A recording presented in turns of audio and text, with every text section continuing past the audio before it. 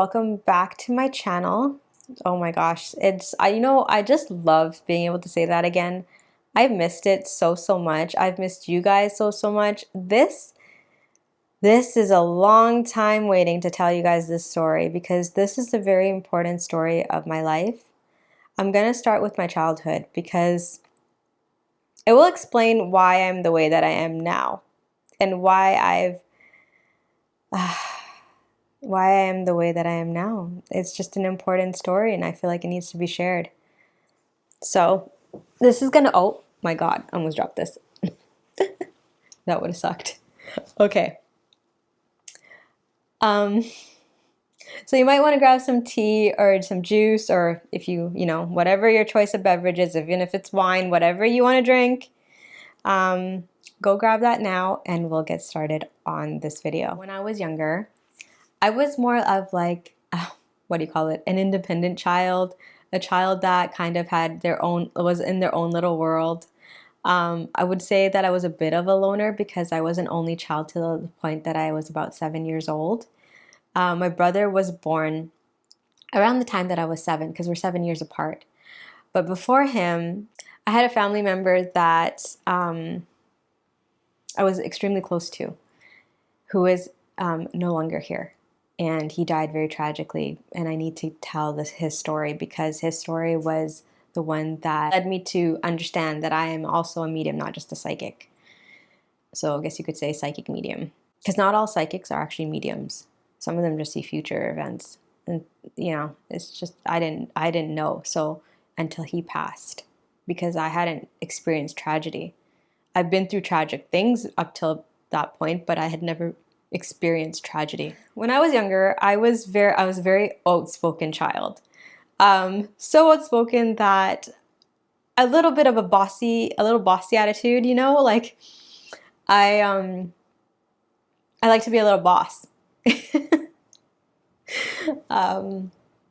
And a lot of, because I was an only child, my parents were a little bit more, okay, she needs to kind of have things to do. She probably should hang out with a little bit of her cousins because I didn't have a sibling at the time. But then there was this other part of me that I've never shared even to my family. Like my aunt knows now, but I never openly talked about this, especially after the tragedy of my cousin's passing. So this is going to be very open. I didn't even talk about it when it happened in school because this tragedy made the news. Oh, it made the news. It was all over the headlines for days, weeks, months. My cousin AJ. My cousin AJ lived in Seattle. I used to go and visit him in Seattle every summer. I would get so excited. He had 3 other siblings, an older brother, a sister, and another brother, and then it was him. And I used to love to go to Seattle and spend time with his sister. She would take me everywhere. Oh my God. She was my first trip to the Space Needle. And we had so much fun. She'd take me to the dollar store and she'd take me to all sorts of things. It felt like having an older sister. I would get so excited to go out there. Like you would not believe. Like I would ask my parents if they could drive me or if my aunt and uncle could come and pick me up. Like I remember doing this. My grandmother, who was raising me at the time, she was not for it. She hated that I would be gone for like weeks, months. She would call me every day. My aunt would go crazy. She'd be like, here. She wouldn't hear her mom's voice and be like, you're not even calling for me. She is your granddaughter. So it was like that. But yeah, I'd get so excited to go to Seattle to see my family there. My cousin's sister, I would call her. And I'd spend the days with her in the daytime. And then in the afternoon, I would spend time with my cousin AJ. He loved video games. He loved so many things. He was so fearless. The one thing I adored about him was he was so fearless. Like there was nothing that scared him. And out of the whole family, like on that side of the family, he was very into he was very determined, very into sports, very he was, I guess you could say athletic built. He was, the girlies liked him, I'll tell ya. He was 7 years older than me and he felt like an older brother. He literally felt like an older brother. He was very protective, very attentive to when I was there. Because his other 2 older brothers, they were just they were much older than me. So They were just off doing their own things. But his sister and him were very close to me. So yeah, I would spend a lot of my summertime in Seattle. I practically would stay there for the whole summer and then come back. And I did this for the longest time. I can't even remember the last, I think it was like even up to 10, 11 years old. Like I think it was about 12 when it kind of stopped, and I'll tell you why. So one of the things that my cousin, his full name is Anjesh Prasad, and he has a totally different last name than me. And he was, one of the things that he always wanted to teach me was not to be fearing anything. Always speak my mind and never fear anything. We would talk about paranormal things. We would talk about UFOs. We would talk about even conspiracy theories that are still talked about till this day. Like this is not like a normal conversation. A 7-year-old and a 14-year-old would be having together. It was so weird. Like I don't know who would start it, but I was very spiritual. Like my gifts were very open as spirituality. And I remember telling him that I would have premonitions that would come true. And I was having them. My grandmother was noticing that too. So we would talk about very spiritual things together. He would ask me, like we'd watch movies and be like, look, did you see that? That was like a ghost. Or like we would watch The Wizard of Oz and he would talk to me about like how this was a spooky movie when it was being filmed and stuff. It was very cool. Like none of those things scared me because I was already into that stuff even as a young child. I know that sounds bizarre, but I was already into it. And he also very much encouraged me to speak my mind and be open-minded. And it didn't make sense then, but it makes sense now. Because then I was a kid and it was just normal to me. Like talking about ghosts and talking about spirits and talking about, like all these things. And he was much older than me, so he loved that stuff. He loved my openness. But the one thing he didn't like was me fearing everything. Like fearing, because I grew up as an only child till about 7, my mom and dad sheltered me a lot. They wouldn't let me learn a lot of things. Number one was, my mom didn't, because we lived in an area that was very wilderness, like here in Canada, and it had bears, cougars, like I'm talking like mountain lions, I'm talking raccoons, I'm talking about coyotes, I'm talking about wolves. Like we lived in a very ruly, mountainous area, like it wasn't like, it wasn't always safe. Parents sheltered me a lot. I wasn't allowed to join any after school activities, which is unfortunate because my mom and dad both worked and my grandmother was the one raising me. So because my grandmother would get, like, she didn't know much English, she would want me to be home. And that makes sense. And so my parents, I never learned how to swim. AJ was the one that taught me how to ride a bike because he was so, like, there's no way this girl is going to be afraid of everything that, walks kind of thing. He wanted me to be powerful and fearless. And so he taught me how to ride a bike. I remember him taking the training wheels off at my childhood home. And he said, we're going to go on the street. And my heart is pounding. I'm thinking, what if we get killed by a bear? What if, he's like, what ifs? Are you going to live, or are you just going to be cowering in every, opportunity that comes your way? And I'm like, what does cowering mean? He said, come on and let's get on the bike. And okay, so what I would do is he would think I'm behind him. I would get started and then I would chicken out. I would stop. And then eventually, I think I did it, but he was the reason why I learned how to ride a bike. So swimming, we tried, but my mom kind of stepped in and said no because of the fact that because she doesn't know how to swim, she didn't let me learn. So I never learned how to swim, you guys.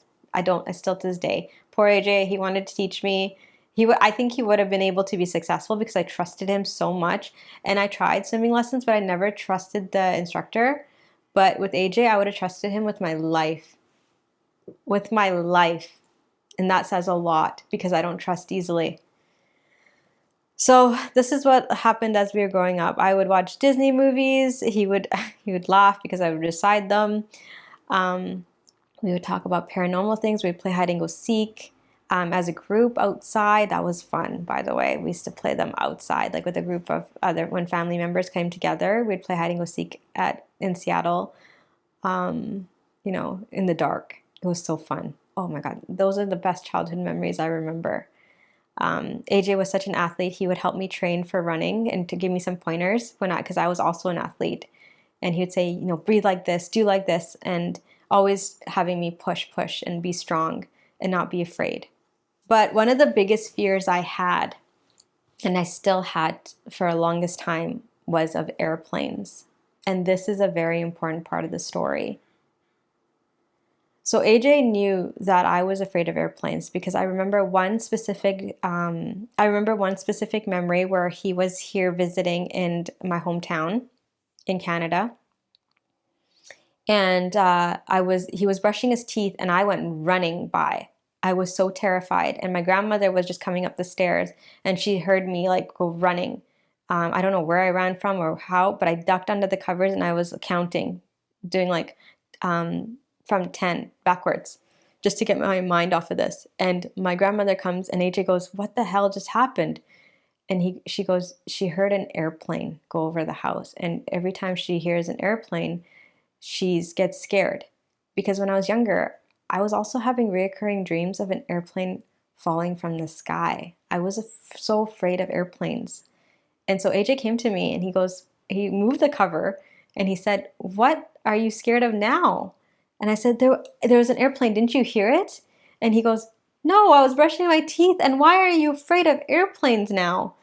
You've never even been on one." And I said, I have these really nightmares, and where I'm standing and I'm watching an airplane falling from the sky.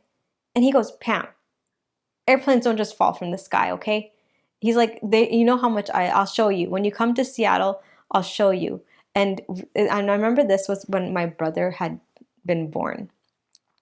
My brother was born, and 6 months later, we were supposed to go to Seattle and go to Vegas. And AJ, I remember, held my hand, and we went to get churros. And he said, "Okay, this is going to be so comfort food for you when we get onto the airplane." And he was showing me. Back then, you could see from the windows. I don't know if SeaTac Airport is the same now because I have not gone on an airplane. I have not gone on an airplane for a long time, and I will explain why. So I remember AJ bringing me up to the window because at that time, this was back in the 90s, you could see the airplanes. I don't know if you can see them still in the airport, but this time you could.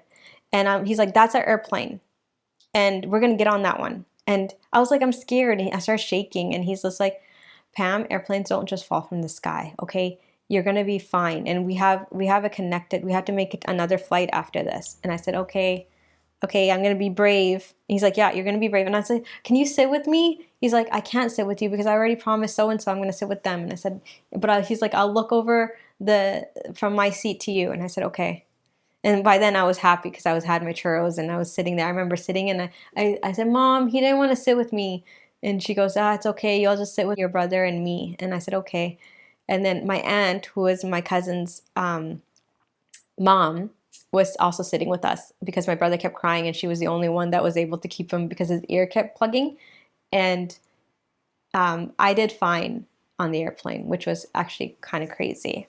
So AJ was very proud of himself that I had done that trip without crying, screaming, and throwing a temper tantrum because I was good at that. Again, he was someone that didn't want me to fear anything. He would take me on scary rides. My mom when she watches this, she's gonna be like, "Yeah, oh yeah, he took you on Space Mountain," and I screamed my head off. My poor mom's ears probably went deaf.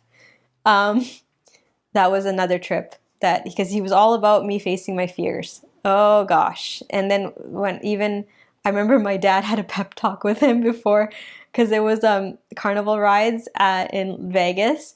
And my dad had a pep talk, "Don't take her on anything scary." So he didn't actually take me on anything scary. I think the most scariest thing was the pirate ride that goes like this, like goes back and forth like this. It's like a big boat that rocks back and forth. It didn't go up and around. That one didn't. I made sure because I was like, we ain't doing that. And yeah, he always took care of me, always made sure I was safe. But then, oh gosh, you guys. But then something very tragic happened. So I was about 12 years old when this tragedy happened. My cousin AJ and a bunch of his friends and also some family members went to Mexico to celebrate their graduations. Each of them had achieved something amazing and were about to start their new life, and wanted to share that special moment with each other. And I remember because my cousin was 19 too, so he was super excited because he could drink in Canada too if he came down here, and he was, he was excited. Life was exciting now. And yeah, they left for Mexico, which I didn't even know about this trip. I had no idea, you know. I was in school, and then I remember coming home and I turned on. I used to love watching soap operas. Oh my God, I was obsessed. It's because I grew up with a grandma, you guys. You know, both my grandmas, like, one would watch Indian soap operas, and then the other one would watch Days of Our Lives kind of soap operas. And that's what I was watching. I remember turning on Days of Our Lives. I was addicted because of my other grandma. And I was watching it, and all of a sudden, I can remember this to this day. It was around 4:20, and it went 4:25 or something. It went breaking news, and I was like, "What the hell? This is Como News. Why is it breaking news?" Well, it was January 31st, 2000. My cousin and his friends and two of my other family members were heading back from Mexico, and their airplane crashed into the Pacific Ocean right off the coast of LA. It was the Flight 261 from Puerto Vallarta that was supposed to make a stop, I believe, in California, and then make its way to Seattle, but it never made it. And even now, I'm telling you this story, I have goosebumps. The airplane had a mechanical issue that the pilots were trying to get it to an emergency landing eventually, but what happened was the stabilizer jack on the back of the airplane gave out completely, and the plane flew inverted. Like, these pilots were very, very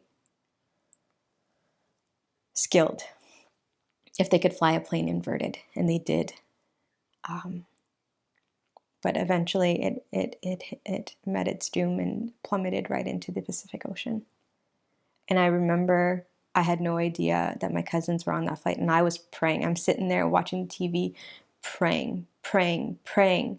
No, they weren't on this flight. They weren't. They probably ended up on a different flight. They're not on this flight. And I kid you not, you guys, this is and everyone saw this. They were sifting debris from the wreckage onto this barge, right? They're sifting. And I see right in the camera my cousin's passport land and open with his face on it. My whole life ended in that moment.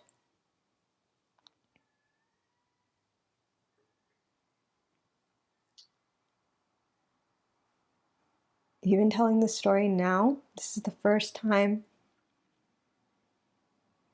I've let myself tell the story publicly. I didn't even share it with my family. I went into shutdown mode. I don't think I spoke for a week.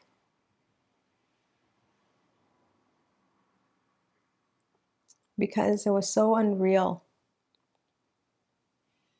How were they on that flight? Why did they get on that flight? Why didn't they just stay one more day? I kept asking myself, I'm like, how did I not know they were going?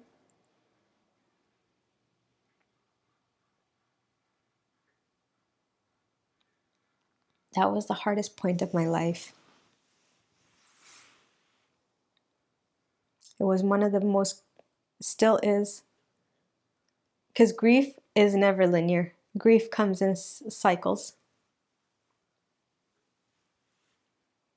I never got to say goodbye.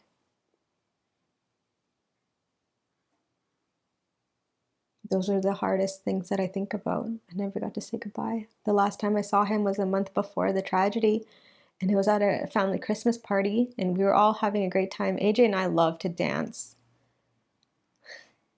We had dance parties. I still have dance parties, and I pretend he's here. 88 passengers died on that airplane that day. There was no survivors. There's a memorial in where the crash happened. I still haven't gone because I was afraid of airplanes, and now I was even more afraid of them now because it took the life of my cousin.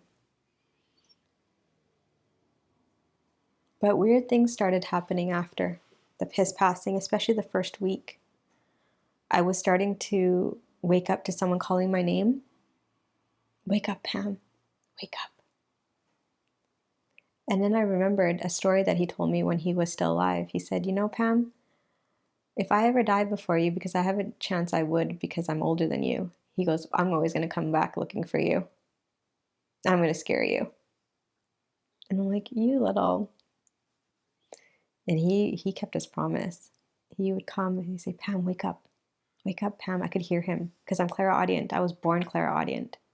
I couldn't see him at first, but I could hear his voice. And sometimes I still can. Especially on like his birthday or some things, like certain days of the year. Yeah, the veil where the veil's thin. He would say, I'm safe. Don't worry. We're safe. We're all safe. Tell them we're safe. And I just couldn't speak. I didn't have words at the time. And he kept telling me, I'm safe, we're safe, we were safe, nothing, like it, we didn't get hurt, like we didn't feel anything. He would tell me that. My cousin's remains were actually never found. Every single person's remains were found except for 2 people, I believe, and one of them was my cousin's. None of his remains were ever found. So we never actually had a funeral. This is why it's been so heavy. It's because I had to do my own like memorial for him. So one of the promises that I made, even when he was alive, I said, you know what, one day I'm going to live at the ocean. He's like, you love that ocean. And I said, I do. I love the ocean. And he's like, okay. He's like, you'll live at the ocean. Well, this house that I'm in is a beach house. The ocean's right over there. And I've lived here for 10 years. So when I see the Pacific Ocean, which the American border is right over there, and when I look over here, it reminds me of him. It reminds me of my cousin because where the plane kind of went down, there's a large pier. And where I live, there's a huge pier. It's the largest pier in Canada. And it reminds me of him every single day, even though I've never gone to the crash site. One of the questions I get asked a lot, has your cousin come and visited you? Yes. And my cousin actually came through a medium to share a message with me for my future self, which was really interesting. So this was in 2022. Obviously, this is 22 years after his passing, right? And I remember I was invited to a mediumship night. And I'll tell you guys, I don't really like going to mediumship nights because a lot of times the mediums that, are there, they're not that good. They're not. And me being a medium, psychic medium, I was like, well, if my spirit guides, ancestors want to give me a message, they can give it to me. But sometimes I can be completely stubborn. So I was like, you know what? Since I'm invited and it's a private group, I'll just go. And the lady that invited me, she was very kind. She was also the one that did my kinesiology and some Reiki and different things to help me release, energies from my body. And so she invited me, and then there was another couple that were seated right here in that private location, and then another couple right here, and then the medium. So there was there was 7 of us in the room in total. So very, very small group of people. And I remember he led us through, and he also went to Arthur Finlay. There's a very famous mediumship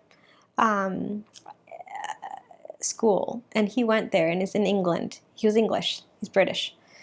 So even to fine-tune his gifts, gosh, he was very good. And so I remember he led us through a meditation.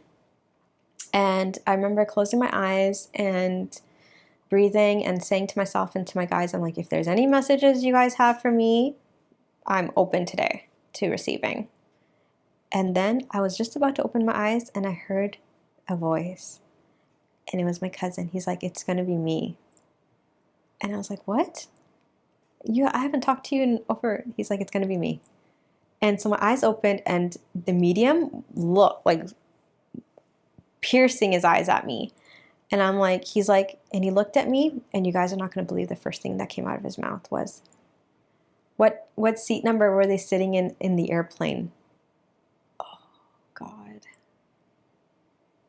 My heart just dropped because this medium had no idea anything about me. I've never openly talked about my cousin, not even in school when we were talking about it after the flight crash had happened. I've never even talked to it about my family. I've always kept it within myself. The only other person that knew anything was my grandmother who raised me, who is no longer here. And when he said that, my whole body went into like a little bit of shakes. And I said, I don't know. I don't know which seats they were in. And he said, was your cousin on that flight? Is he a male? And I said, yes. And he was. He goes, was he 19 years old? Is 19 significant? I said, yes. He goes, your cousin loved you so much. And I was just about to cry. He goes, your cousin says, why do you dress like a boy all the time when you should be dressing like a feminine woman, like a girl, like you did when you were younger? You used to wear these pretty frilly dresses. He goes, don't worry, you'll be wearing those soon. Always dressed in girly clothes. And he says, get ready though, because you're going to be going on trips, many airplane rides. And my heart just sank. I said, I haven't been on an airplane since he's gone. He says, well, your cousin wants you to know that you're going to be going on an airplane and he's going to be very proud of you. And you guys, you won't believe this. So I got this message in November of 2022. In September of 2023, I had a friend that her daughter lives in Toronto. And my friend started having severe anxiety about the wedding. Right? Her daughter is my age. My friend was from a bookstore that I met her at. And she was having severe anxiety. But the night before, I was given a dream. And this is where it's very interesting. This video is going to be so long. I'm so sorry, you guys. I hope you're still sticking with it. The night before, I was given a dream. And it was a dream about my mom going on a trip. And she was looking for her sari, which is an Indian dress, like an Indian outfit. And she's looking for a sari. And she goes, Pam, I can't find my sari. And I got to pick up my sari. And I got to put Ganesh into the suitcase. I got so many things to do. Can you come with me? And I said, Mom, I'm like, why didn't you tell me sooner? I have the whole week booked. I can rearrange a couple of things. And in the dream, I'm rearranging my schedule. And she goes, okay, sounds good. And I'm gonna go pick up my sari, and I gotta put Ganesh in her suitcase. Okay. So when I get the call from my friend, she goes, Pam, I'm having a panic attack. I don't know if I could do this. I don't know if I can get on this flight. It's a red-eye flight tonight. Tonight, she says. And I'm saying, Julia, you have to get on that flight. That's your daughter getting married. Like, she's getting married. And she goes, I know. And she's like, I know I have to get on that flight, but I just can't. I'm having like a shutdown moment. Can you come with me? Okay, so there's something that I just want to add to this part of the story. Is my friend also didn't know about my cousin dying in the airplane crash. This is someone that I have known for a long time. She's also done readings for me in the past, and my cousin never even came through her. So the fact that she's asking me to go on an airplane, I wasn't about to tell her in this moment that, yeah, by the way, I haven't been on an airplane since my cousin passed away on one. I wasn't going to tell her that. I told her after we came back to Vancouver. And I said, okay, this is weird. I have to tell you about my dream last night. And I told her about the dream. And she's like, you're not going to believe this. I just stuffed Ganesh into my suitcase and I have to go pick up my sari. And I was like, you're kidding. So my friend, she's not Indian. Like, she's not Indian, but her daughter married a Hindu man. And my friend, she was very into the Eastern culture. She, even though she didn't grow up Hindu, she definitely follows that faith now. And so she, which is very ironic because her daughter ended up marrying a Hindu man, which is so funny. But anyways, yeah, she was putting her Ganesh statue into her bag, and she says, "Pam, I have to go pick up my sari for the wedding day." And I'm thinking, oh my, and for the temple stuff, like the mandir stuff, which is what we call temple in Hindi. And I'm going, oh my God, this is verbatim to my dream. And then I'm like, okay. I said, Julia, is there any way you can get me on that flight tonight? I can rearrange if you can get the flight tickets booked, I don't care which seat. And she's like, you won't be in premium because premium sold out. And I said, that's fine. Just put me on any seat on your flight and send me the information, and I will start rearranging for my bag, because I don't have a rolly luggage. I had to call my neighbor, who is a friend of mine, to give me his luggage bag. And he's like, you just got back from a road trip to Sacramento. I said, I know. So I grabbed his rolly bag. Oh my gosh, I remember this so specifically, and I'm calling my clients, letting them know, hey, I have to make the spontaneous trip to Toronto. Can I rebook you guys? And everyone was fine with it. Every single person was fine with it. We went through security like that. There was no one in the security line. Like, when I say no one, there was no one. We got onto the airplane, landed in Toronto. I did have one hiccup before landing. 15 minutes before landing, I started feeling like the blood was draining from my body, and I was feeling a bit faint. But that only lasted like a few seconds, and then I just put my head down, and then it just washed over me. It's like I was releasing all those years of fear. And I could hear my cousin's voice saying, don't worry, you're going to land just fine in Toronto. And we did. And I had an epic trip. We had an Airbnb. I had the whole house to myself pretty much, because she was, doing things. I met her daughter, and it was just a great trip. After 23 years of my cousin's passing, I finally went on my second airplane ride. The first one was with him when I was young. And the second one was after he told me the message. So whether you guys believe it or not, the spirit world can communicate, and I have many stories about it. So if these are the kind of topics you like to hear about, I have many more to share. This is just one, and this is where it began.